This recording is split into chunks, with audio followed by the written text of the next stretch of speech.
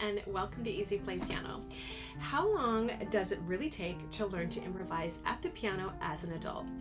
In this lesson, I'm going to show you 5 easy quick steps you can take to start improvising today at the piano. Now, I've written some notes here because I'm really excited to share with you all the amazing and wonderful ways that you can begin improvising today. So let's get started.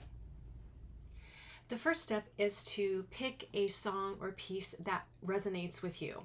This can be classical, it can be popular, but make sure it's a song that you can hear the melody in your head and you're familiar with the overall structure. It'll make, when it comes to improvising, that much easier for you. Now, I'm going to actually play the piece for you, just the first couple measures, and see if you recognize it.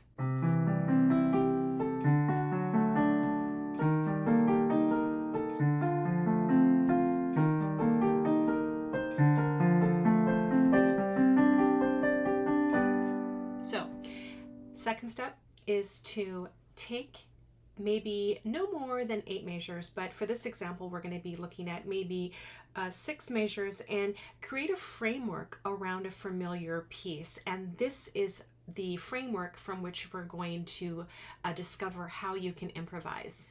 Once you've established that framework, you've taken or chunked maybe for no more than 8 measures, we're going to now look at the overall structure of that section of the piece, that framework. And in this example, we have the C major chord, C, E, and G, and then it moves to D major, D, F sharp, and A. Now, I know my screen says G flat, but G flat and F sharp are the same note. And then we have E flat, major 7th. So E flat, G, B flat, and then that 7th is the D. Now, if you're newer to piano, you can just play the E flat major chord. And then back down to D minor, D, F, and A. Add that 7th in if you like.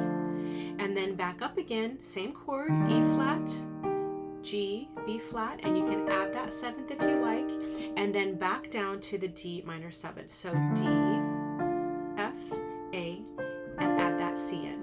And then finally, we're going to end this framework from which we're going to create our improvisation with the G for suspension chord. So to make it easy, start with just a simple G major chord, G, B, and D.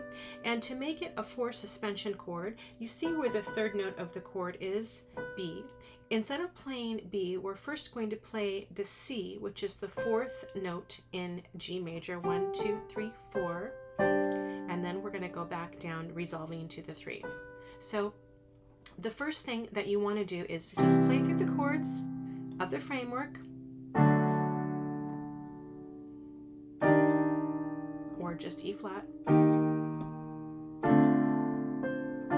then back up again, E flat major 7th, D minor 7th, and then that G suspended 4. So play through this a few times, get really comfortable with that chord pattern, because from there you're going to start the next step, which is step number 3, and we're going to start to create some variations. Now that you've completed step 3 and you've identified the chordal pattern, you can start to create variations, which is step number 4. So in step number 4, I'm going to show you a few different variations that you can create. And remember, these types of variations you can apply to any piece that you want to use as inspiration when you improvise. So a very easy way to create an improvisation is to take the chord and maybe just play, instead of playing the full chord, just play the 3rd and the 5th of the chord. So in this case, C major, it's E and G. And then the next chord is F sharp and A, G and B flat, and then back down again. Now in my left hand, you can either play, or you can just play the root, or you can play the full chord, or you can play the open chord. It's up to you. But mostly focus on the right hand, the 3rd and the 5th of the chord, and then again up, the 3rd and the 5th of the chord, and then back down again. So right here, you're just rotating 3rd and 5th, and then you're going to play that suspended chord. So, I mean, in this case, you could play maybe the 4th and the 5th, and then move back down to the third and the fifth. So that's one variation. And even from there, the piece is starting to sound like something else, and you're actually improvising. Another variation that you might want to try is to arpeggiate the chords or break up the chords. So instead of playing just the C major chord, you might want to break it up in your left hand and play the root in your right hand, and then the D major chord, break up the chord and play the root in your right hand. Same with the left hand, you just have the E flat major 7th chord. Or if that's too much for you, you just go back to the E flat major chord and play it between your fingers, both hands, right hand and left hand. Or you can break it up like this and then back down to the D minor 7th chord. And then you've got that suspended chord. You can play it between the left hand and the right hand, or you can just repeat it in the left hand and then back down to the G major chord. Now, another variation that is really fun to do is you can actually start creating colors around the melody. So even though we're using this as inspiration and we don't want to repeat the melody as written, right?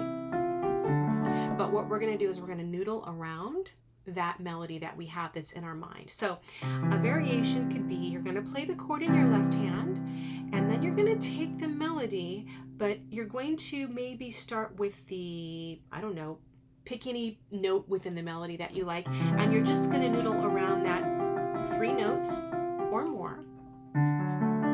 Noodle around the notes.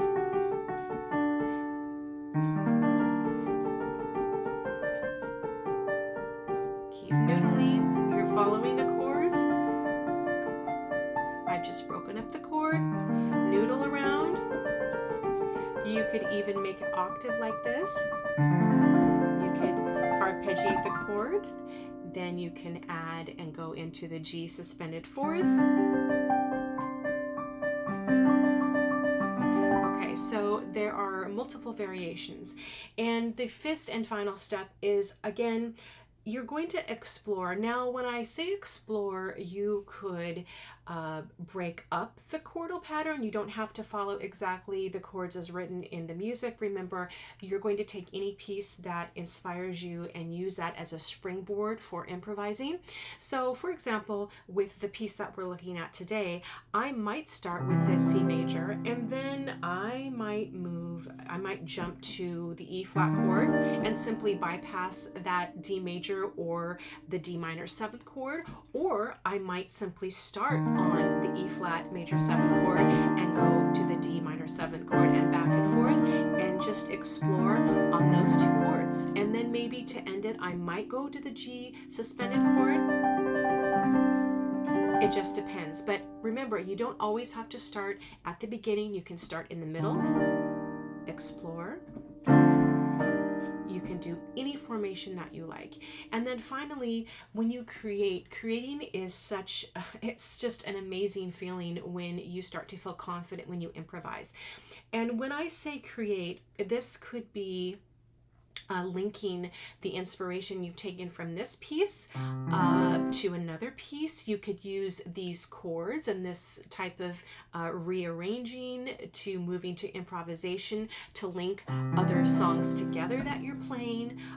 You could just, I don't know, do anything that you want to create from this source of inspiration. So remember, when you are creating, this is your moment to shine. This is your moment to understand the process from within you, how you can improvise and feel confident improvising at the piano. I hope you've enjoyed this lesson, and I'll see you in the next one.